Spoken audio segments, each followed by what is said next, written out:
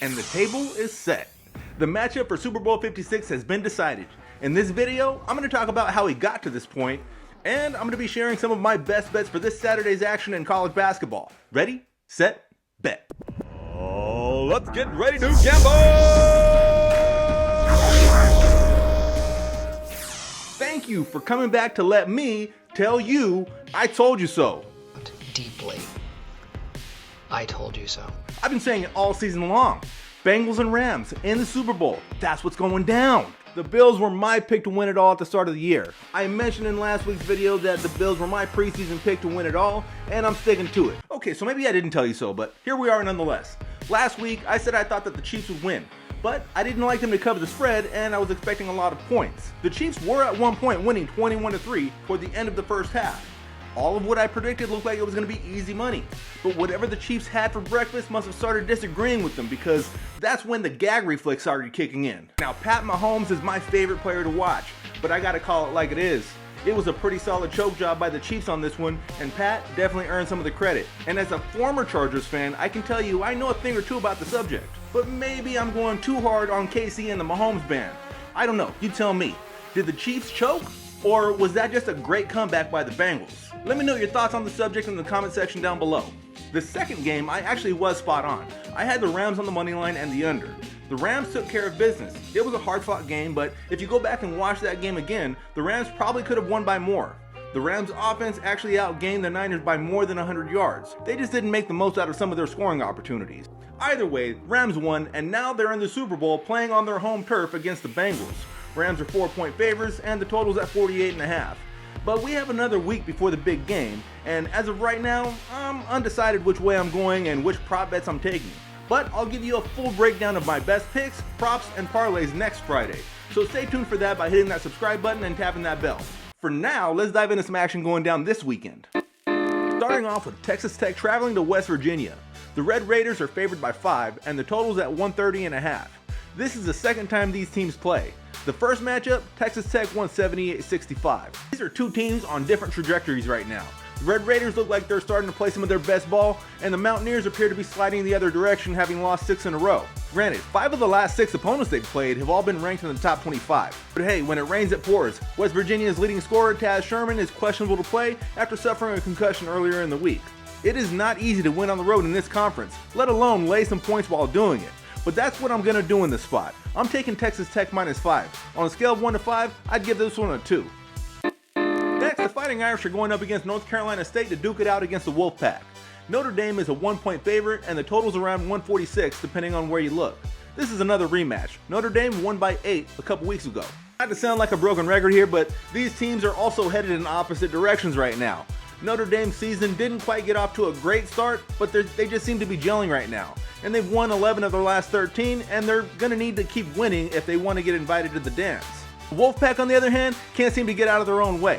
They've lost 11 of their last 14, and they might as well start looking for some flip-flops, because the chances of them dancing in March are slim to none.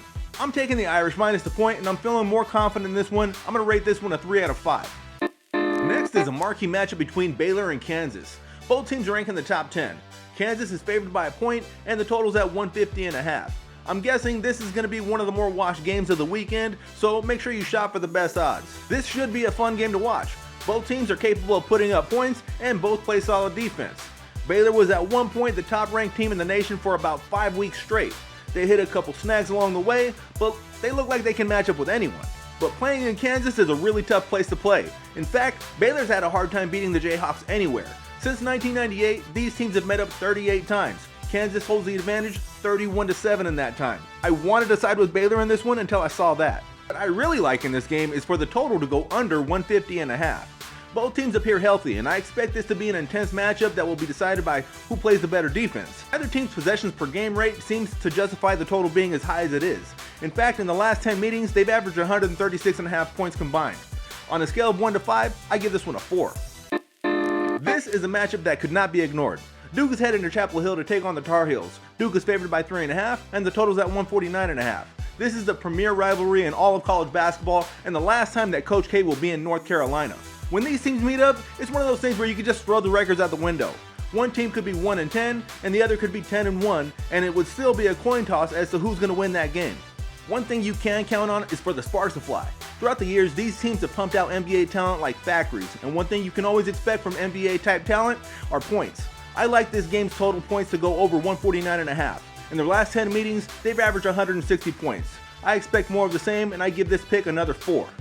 And for the primetime evening matchup on Saturday, we have Kentucky going into Alabama to play the Crimson Tide. Kentucky is favored by 3, and the total is at 159.5. This is another high-profile game that you'll be able to watch on ESPN. This one could be on an upset alert. Kentucky is ranked number 5 in the nation right now, but I get the sense that they might be a little bit overrated because of the value of their name, and Alabama has the talent to compete with these guys. They have the size and good leadership in the backcourt.